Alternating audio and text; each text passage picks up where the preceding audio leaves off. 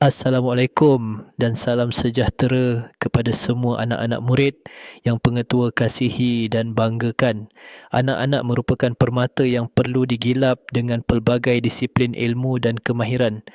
Tanpa ilmu yang memberi nilai tambah kepada anak-anak, sudah pasti anak-anak akan ketinggalan dan merasa diri lebih rendah dari rakan-rakan yang lain.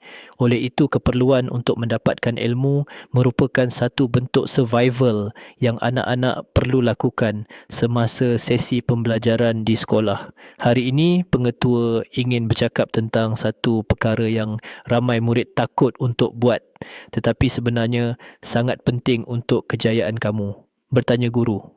Anak-anak sekalian, ramai murid diam dalam kelas bukan sebab mereka faham, tetapi sebab mereka takut. Takut dijek, takut kawan ketawa, takut dilabel lembab, takut soalan dianggap bodoh. Tetapi dengar betul-betul kata pengetua ini, bertanya bukan tanda lemah, bertanya adalah tanda berani dan kuat. Murid yang bertanya adalah murid yang mahu faham. Murid yang mahu faham adalah murid yang serius dengan masa depannya.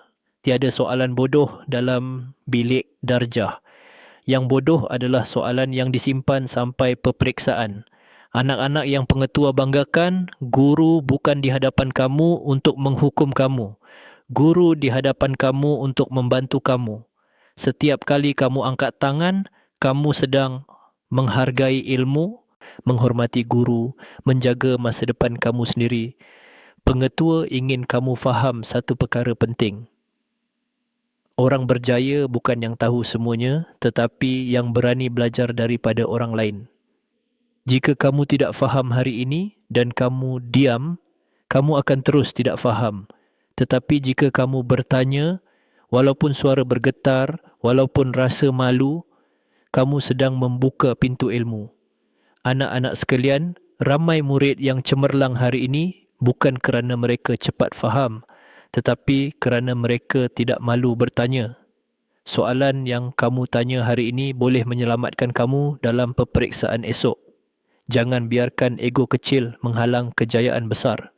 Pengetua ingin tinggalkan satu ayat untuk kamu ingat sepanjang hidup. Berani bertanya hari ini lebih baik daripada menyesal esok. Mulakan hari ini. Angkat tangan. Tanya guru. Jangan simpan kekeliruan dalam hati. Kerana ilmu tidak datang kepada orang yang diam, tetapi kepada orang yang berusaha mencari. Dan sebelum pengetua akhiri, jika video ini bermanfaat, jangan lupa subscribe channel pengetua untuk lebih banyak motivasi murid supaya kamu terus berani, yakin dan berjaya dalam pelajaran. Terima kasih anak-anak. Bertanyalah hari ini kerana itulah tanda murid yang kuat.